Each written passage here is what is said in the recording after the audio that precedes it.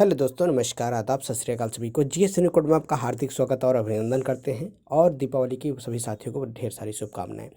इसी बीच हमारे पास एक और एक लेटर है जो कि बहुत तेज़ी से वायरल भी हुआ है। इस लेटर में क्या सच्चाई है, क्योंकि एनसीटी बार बार जो कहती है कि वैधता को लेके, तो इसमें कहीं ना कहीं मान्यता और वैधता को लेके एनसीटी ने पहले भी बहुत सारी चीज़ें अपने एनआईएस के पक्ष में रखी गई थी। तो उस लेटर के बारे में जानेंगे और कहीं ना कहीं ये सुप्रीम कोर्ट में हमारे लिए अच्छा साबित हो सकता है। चलिए पहले लेटर देख लेते हैं, आपके सामने है। देखिए, government of India, ministry of human resources, ये पूरा इंग्लिश में है। इसको हम पूरा हिंदी में आपके सामने ट्रांसलेट करके और पूरा हिंदी में इसको डिटेल में बताएंगे क्या लेटर था। ये वही 2017 और 19 में जब ये कोर्स कराया गया तो उस समय के लेटर्स है। उसमें आप देखेंगे एनसीटी ने साफ साफ इस सारी चीज़ों को मेंशन किया है। देखेंगे, भारत सरकार, मानव संसाधन विकास मंत्रालय, स्कूल शिक्षा एवं साक्षरता विभाग। देखेंगे 21 अगस्त 2017 को, शास्त्री भवन, नई दिल्ली।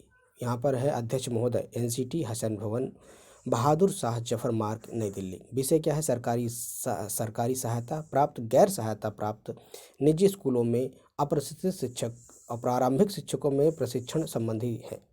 यह सरकारी और सरकारी प्राप्त, गैर प्राप्त निजी स्कूलों में अप्रशिक्षित सेवारत प्रारंभिक शिक्षकों के प्रशिक्षण के बारे में इस तरह का प्रशिक्षण की अवधि 31 मार्च 2019 तक बढ़ाने के लिए आरटीआई अधिनियम की धारा 23(2) संशोधन संसद द्वारा पारित किया गया है। देखेंगे साफ साफ इसमें मेंशन किया गया है कि संसद द्वारा पारित किया गया। दूसरा पॉइंट इसमें कहा गया है, इस संबंध में यह निर्णय लिया गया है कि एनआईएस के सभी सेवारत अप्रशिक्षित शिक्षकों को, देखेंगे साफ साफ लिखा गया है, सेवारत अप्रशिक्षित सभी शिक्षकों को स्वयं पोर्टल के माध्यम से ऑनलाइन डीएलएड कार्यक्रम आयोजित करने के लिए जिम्मेदार एकमात्र संगठन होगा। प्रारंभिक स्तर पर सेवारत अप्रशिक्षित शिक्षकों को संभावित संख्या करीब इतने लाख रुपए, मतलब 11 लाख उसमें दिखाई गई थी, जिसमें सरकारी सहायता प्राप्त या निजी सरकारी स्कूलों में जो कार्यरत शिक्षक हैं उनके लिए भी था। हालांकि वास्तविक समय में बदल सकता है, क्योंकि एनआईएस 31 मार्च 2019 को उपरोक्त प्रशिक्षण में संबंधित सभी शैक्षणिक गतिविधियों को पूरा कर लेगा।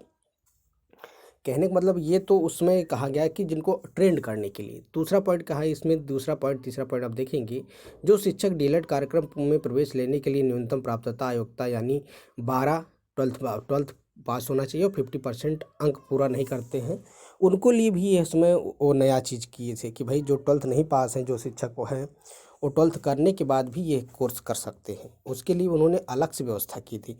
तो कहीं ना कहीं इस लेटर में सारी चीज़ें मेंशन की गई हैं जो एनआईएस के पक्ष में है।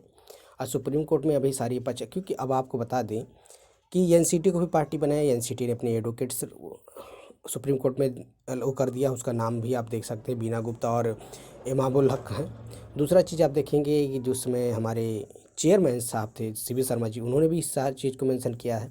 देखेंगे इसमें साफ साफ और चीज़ें मेंशन की गई कि 2019 तक चलेगा। दूसरा है या 2 वर्ष की अवधि का है डीएलएड पाठ्यक्रम।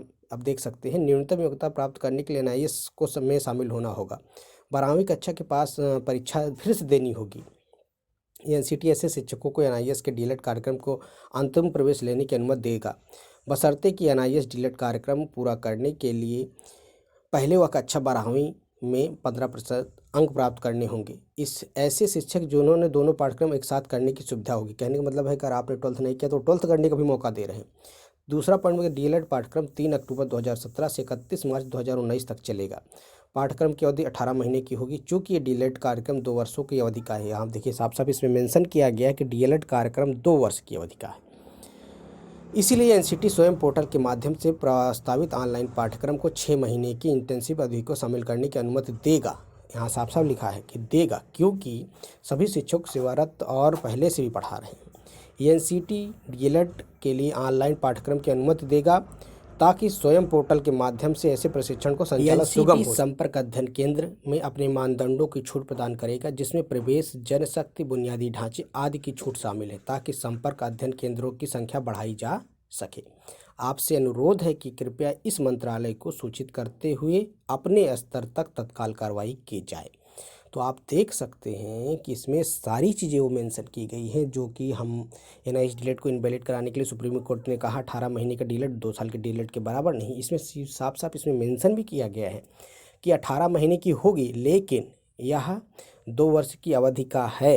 इसलिए एनसीटी स्वयं पोर्टल के माध्यम से प्रस्तावित ऑनलाइन पाठ्यक्रम की अवधि 6 महीने की इंटर्नशिप की अवधि से शामिल करेगा। साफ साफ आप इसमें देख सकते हैं कि 6 महीने की इंटर्नशिप को जोड़ा जाएगा, जिसको अभी सुप्रीम कोर्ट ने नहीं जोड़ा। तो ये आपके सामने बहुत सारे तथ्य रखे गए हैं, जिसमें कि अब एनआईए डीलिट को सुप्रीम कोर्ट में एनसीटी से सवाल किया जाएगा कि भाई आपने 18 महीने और 2 साल को कैसे इनवैलिड बता रहे हैं। तो कहीं ना कहीं हम लोगों के लिए एक अच्छा मौका है कि अब सुप्रीम कोर्ट में जो 5 नवंबर की सुनवाई होने वाली है, सबके लिए अहम होगी।